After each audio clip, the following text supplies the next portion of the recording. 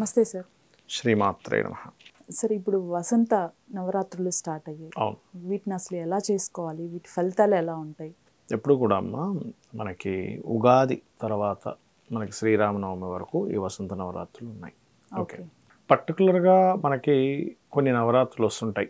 వసంత నవరాత్రులు అని, వారాహి నవరాత్రులు అని, ఇలా ఏమి ఆ సమయంలోనే ఎందుకు చేసుకోవాలి, వేరే సమయాల్లో చేసుకుంటే మనకి భగవత్ అనుగ్రహం కలగదా అని చాలామందికి సందేహం ఉంటుంటుంది. ఇక్కడ ఏంటంటే ప్రకృతిలో చూడనమ్మా, ఒక సీజన్లో కొన్ని పళ్ళు వస్తాయి. మామిడి పళ్ళు ఎండాకాలం, చలికాలంలో సీతాఫలాలు, అంతే కదా. కొన్ని కొన్ని సీజన్స్ని బట్టి పళ్ళు ఎందుకు వస్తున్నాయి? ఎప్పుడు రావచ్చుగా.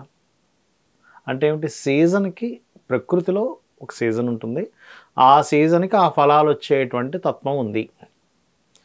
అలాగే ఈ యొక్క గ్రహస్థితిలో సూర్యభగవానుడు ఫలానా ఫలానా రాసుల్లో తిరిగేటప్పుడు ఒక్కొక్క ఎనర్జీ ఎక్కువగా ఉంటుంది. దేవీ భాగవతంలో ఈ నవరాత్రుల సమయాల్లో అమ్మవారి యొక్క అనుగ్రహం ఎక్కువగా ఉంటుంది అని చెప్పడం జరిగింది దేవీ భాగవతంలో. అంటే మనం రెగ్యులర్గా ట్రై చేసేదానికి, కొంచెం అమ్మవారి అనుగ్రహం ఎక్కువగా ఉన్నప్పుడు ట్రై చేసేదానికి చాలా తేడా ఉంటుంది. ఓకే. ఇప్పుడు చూడండి, అంటే చిన్న ఎగ్జాంపుల్ చెప్తున్నాను చూడండి. ఇప్పుడు మామిడి చెట్టుకు మామిడి పళ్ళు వస్తాయా అని మీరు చలికాలం వర్షాకాలం ఎదురు చూడటం ఎందుకు? ఎండాకాలంకి వెళ్తే ఆటోమేటిక్గా వస్తుంది, అంతే కదా. అలా ఏంటంటే నవరాత్రుల సమయాల్లో దేవీ భాగవతంలో అమ్మవారు స్వయంగా చెప్పింది. నేను ముఖ్యంగా వీటిలో ప్రత్యేకంగా చతుర్దశి, అష్టమి, నవమి ఈ తిథుల్లో ఇంకా ఎక్కువగా నా యొక్క అనుగ్రహం ఉంటుంది. ఈ నవరాత్రులు అయిపోగానే శ్రీరామనవమి. రాముడు అంటే ఎవరో కాదు, లలిత అమ్మవారి యొక్క స్వరూపమే రాముడు, రామచంద్రమూర్తి. లలిత అమ్మవారి రాముడు రూపంలో వచ్చింది భూమి మీదకి. ఓకే.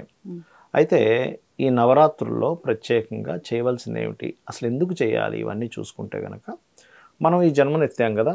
ఈ జన్మలో మనకి అనేకమైనటువంటి కష్టాలు ఉంటాయి, నష్టాలు ఉంటాయి, లాభాలు ఉంటాయి, ఆనందం ఉంటుంది, ఏడుపు ఉంటుంది, అన్నీ ఉంటాయి కదా.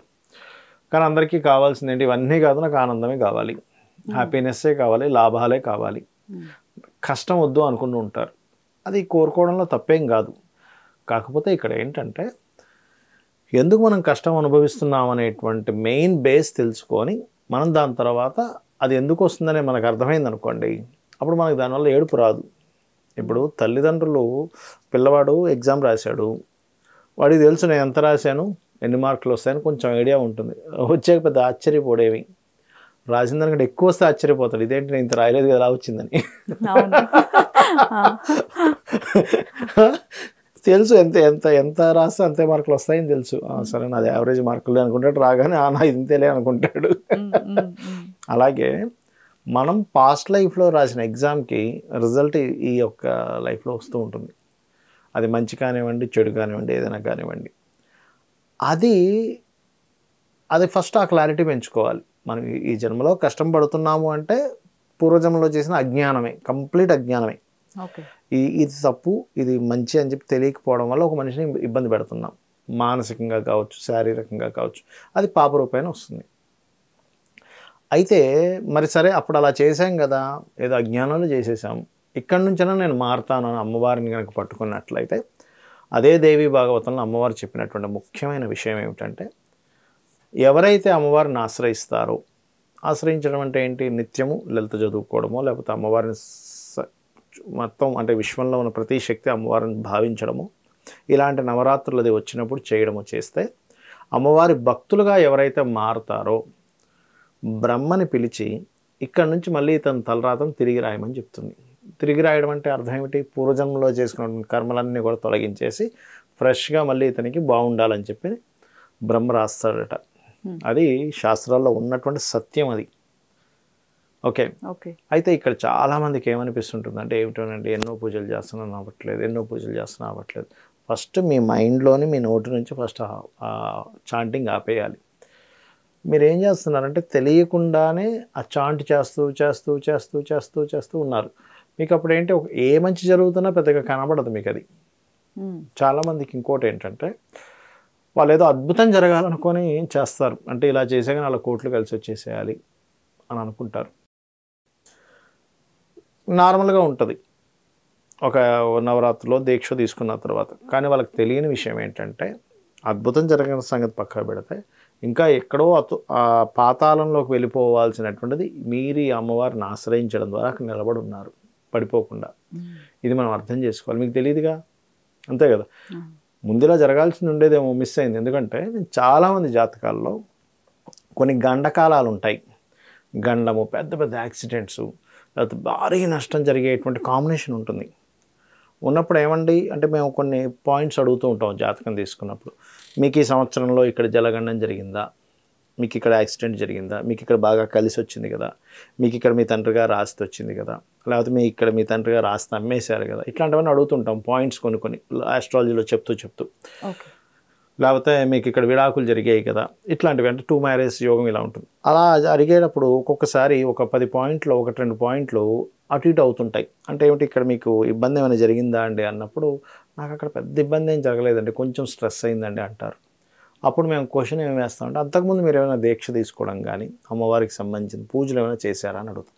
అవునండి, ఆ ముందు మంతే నేను ఇట్లా దీక్షలో ఉన్నాను, అమ్మవారికి తీసుకున్నానండి అంటారు. అంటే ఏమైంది అక్కడ, అది పెద్దగా జరగాల్సిన గండము ఇది చేయడం ద్వారా క్లియర్ చేసేసింది అమ్మవారు. ఇది చాలామందికి తెలియక నాకేదో కలిసి రాలేదు, నేను నవరాత్రులు చేసేసాను, అది చేశాను ఇది చేశాను, నాకు కోట్లు కలిసి వచ్చేయాలి కదా, నీకేమైనా అమ్మవారు రోజు కల్లో వచ్చిన విద్య నీకు కోట్లు ఇస్తాను అని చెప్పిందా? పాపం తొలగించడమే మహా గొప్పది. పాపం నువ్వు ఎన్ని జన్మలెత్తాలి పాపం తొలగాలంటే? ఒక పాపం తొలగాలంటే కొన్ని వందల రకరకాల జీవులుగా ఎత్తాలి. అన్ని జీవులుగా ఎత్తామంటే మనం అనుకుంటున్నాం, మనం నిన్న ఒకతను ఎవరో అంటున్నారు, అబ్బా జంతువులు కానీ పక్షులుగా పుడితే బెస్ట్ కదా, చేమలుగా ఈ బర్డెన్స్ ఏది ఈ లోన్స్ ఇవన్నీ ఉండవు కదా. అంటే నేను అన్నాను, ఏమండి మీకు ఆకలి వేస్తే వెంటనే కిచెన్లోకి వెళ్ళి వండుకొని తింటారు, లేకపోతే జొమాటోలో బుక్ చేసుకుంటారు, దాహం వేస్తే నీళ్ళ బాటిల్ తెచ్చుకుంటారు. ఒక జంతువుకి ఆకలి వేస్తే ఎలా తింటుంది తెలుసా మీకన్నా? ఎలా తింటుందంటే చూడండి ఒకసారి, బయట వీధి కుక్క ఉంటుంది, దానికి ఎవడైనా పెట్టాలి, పెడితే తప్పితే దానికి ఆకలి తీరదు. కడుపు నొప్పి వచ్చింది అంటే హాస్పిటల్లో పరిగెడుతున్నావు టక్కని, దానికి కడుపు నొప్పి వస్తే పరిస్థితి ఏమిటి? దాహం వేసింది, నీళ్ళు ఎక్కడ దొరుకుతాయి? వెంటనే అదేమైనా వెళ్ళి కుక్కెళ్ళి కొనుక్కుంటుంది 20 రూపాయలు ఇచ్చి బాటిల్, కొనుక్కోలేదు కదా. దాని బాధ ఎలా ఉంటుందండి? దాహం వేసేస్తుంటుంది, అది ఎవరిని నోరు తెరిచి అడగలేదు, నాకు దాహం వేస్తుంది అని రోడ్డు మీద పోయేవాడిని అడగలేదు, నాకు బాటిల్ కొనివ్వరా బాబు అని. అదేదో వెంట పడుతుంటే దాన్ని రాయేసి కొడతాడు ఇంకా, అవునా కదా. అంటే ఏమిటి, అలాంటి జన్మలు ఎన్నో ఎత్తాల్సినటువంటిది అమ్మవారు ఆరాధన వల్ల ఆ జన్మలన్నీ తొలగిపోతాయి. చాలా గొప్పది. మనం ఏం చేస్తున్నామంటే తెలియక అమ్మవారిని ఇలా ఆరాధించగానే అలా మోటొచ్చి పడిపోవాలనుకుంటున్నాం. అలా జరగదు. ఎప్పుడు వస్తుంది, ఇంకా నువ్వు చేయగా అమ్మ నాకు ధనం మీద బాగా ఆకాంక్ష ఉంది, నేను ఇంకో 10 కంపెనీలు పెడదాం అనుకుంటున్నాను, 10 మందికి దానివల్ల ఇంకో 100 మందికి ఉపాధి కలిగిద్దాం అనుకుంటున్నాను, నా సంకల్పం చాలా గొప్పదని మీరు అమ్మవారిని అడగండి, ఖచ్చితంగా ఇస్తుంది. అన్లిమిటెడ్గా ఇస్తుందండి, డబ్బులే మీరు అడగాలి కానీ, అన్లిమిటెడ్ కోట్లు ఎన్నైనా వస్తుంది. ఎందుకంటే ఈ విశ్వంలో అంత అన్లిమిటెడ్గా మనీ అనేటువంటిది ఆవిడ ప్రొడ్యూస్ చేయగలదు. మనకంటే మన మైండ్కి మన ఆలోచనలకి చాలా ఎక్కువ, కానీ అమ్మవారికి అదేం పెద్ద ఎక్కువ కాదు. అయితే నేననేది ఏంటంటే చాలా కర్మలు తొలగిస్తుంది, అది మనకు తెలియదు. పూజా విధానం అంటే ఏమీ లేదమ్మా, చాలా సింపుల్ పూజా విధానం. ఉదయం నిద్రలేస్తాం, చక్కగా కాలకృత్యాలు తెచ్చుకొని దీపారాధన, అమ్మవారి ముందు దీపం పెట్టుకొని, మీ దగ్గర అమ్మవారి పటం ఉంది, పటానికి చక్కగా కుంకుమతో తీసి ఒక్కొక్క నామం, లలిత సహస్రనామాలో ఒక్కో నామానికి శ్రీమాత, శ్రీ మహారాజ్ని, శ్రీమత్ సింహాసనేశ్వరి, చిదగ్నికుండ సంభూత, దేవకార్య సముజ్జత అనుకుంటూ చేస్తాం. లేదా అలా కాదు, లక్ష్మీ అష్టోత్తరాలు వచ్చు, అవి చేసుకుంటూ చేయొచ్చు.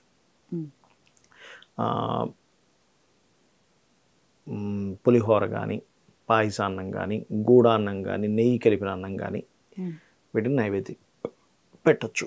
ఓకే. పంచోపచారాలు సింపుల్గా చేసేవారు పంచోపచారాలతో చేస్తారు. పంచోపచారాలు అంటే దీపం వెలిగించడం, ధూపం, నైవేద్యం, హారతి ఇవ్వడం, ఇవే కదా పంచోపచారాలు అందరికీ తెలిసినవే.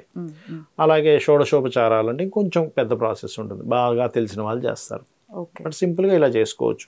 ఇలా ఉదయం సాయంత్రం అమ్మవారి నామాన్ని స్మరించుకుంటూ అమ్మవారికి సంబంధించి పూజ చేస్తూ, ఒక్కటి ఎప్పుడు కూడా చాలామంది నేను స్పిరిచువల్గా ఉన్నాను అంటే, చాలామంది స్పిరిచువాలిటీ అంటే ఏంటో తెలియదు. ఇప్పుడు స్పిరిచువాలిటీ అంటే ఏమనుకుంటారు కామన్గా? మీరేమనుకుంటారు చెప్పండి పోనీ? స్పిరిచువాలిటీ అంటే ఒక నామాన్ని కొంచెం జపిస్తూ ఉండటం, ఓకే, అదే ధ్యాసలో ఉండటం. రైట్. మీరు కొంతవరకు కరెక్టే చెప్పారు. కానీ యాక్చువల్గా ఏంటంటే స్పిరిచువాలిటీ అంటే కేవలం నామాన్ని జపించడం కాదు. ఇక్కడ కేవలం ఏదో పూజ చేసేసుకోవడం కాదు, ఒక గంట సేపు అరగంట సేపు పూజ గదిలో ఉండి చేయడం కాదు. ఈ విశ్వంలో ఉన్న ప్రతి వస్తువు ఈశ్వరుడు, ఈశ్వర స్వరూపం. ఈ కెమెరా దగ్గర నుంచి, ఫోన్ దగ్గర నుంచి, మనం వేసుకునే వస్త్రం దగ్గర నుంచి ప్రతిదీ ఈశ్వరుడే. ఇప్పుడు ఆ లైట్ ఉంది, ఈశ్వరుడు. అందులో ఉండే ఎనర్జీస్ అమ్మవారు. ఇది మనం అర్థం చేసుకోగలిగితే ఇంకా మీకు ప్రతిదీ ఈశ్వరుడు అమ్మవారు అనే కోణాలనే కనిపిస్తుంది. అప్పుడు మీరు ఎవరిని కించపరచరు. ఇప్పుడు ఫోటో ఉందమ్మా, ఇంట్లో ఫోటో ఉంది, కొంచెం కాలు తగిలింది, అక్కడెక్కడో పెట్టాం, అమ్మో కాలు తగిలింది అనుకుంటాం. ఎంత శ్రద్ధగా ఎంత భక్తిగా చూస్తున్నాం ఆ ఫోటోని. మరి మనకి లలితాసహస్రనామాలు మొత్తం చెప్తుంది ఏమిటి? మొత్తం భగవంతుడే అని చెప్తుంది. మొత్తం భగవంతుడే అనేటువంటి స్పృహ మీకు కంప్లీట్గా మైండ్లోకి వస్తుంది. ఏదో ఒక రోజులో రాదు. ఇట్స్ రాను మీరు ప్రాక్టీస్ చేయడం బట్టి వస్తుంది. అంత ఈజీగా రాదు, కొన్ని సంవత్సరాల సమయం పడుతుంది ఈ యొక్క సాధన చేయాలంటే. అప్పుడు ఏమైపోతుందంటే మీరు ఎవరినైనా కొంచెం అవతల వ్యక్తి మీద చాడీ చెప్పాలని నచ్చదు మీకు. అరే అతను ఈశ్వరుడే కదా, అందులో ఉన్నది అమ్మవారే కదా. కించపరచాలంటే కించపరచడం కుదరదు. అంటే అమ్మవారే కానీ అతని పూర్వజన్మ వాసన వల్ల ఇలా పుట్టాడు, కోపిష్టిగానో లేజీగానో పుట్టాడు. కానీ లోపల ఉన్న నిజమైన శరీరం ఈశ్వరుడే, లోపల ఉన్న శక్తి అమ్మవారే కదా నడిపిస్తుంది అంతా. కాకపోతే అతని కర్మ బట్టి ఇలా పుట్టాడు అని జాలి పడతాం, కానీ కోప్పడమో ద్వేషం రావడమో జరగదు. అది నిజమైన స్పిరిచువాలిటీ. ధన్యవాదాలు గురువు. శ్రీమాత్రే నమః.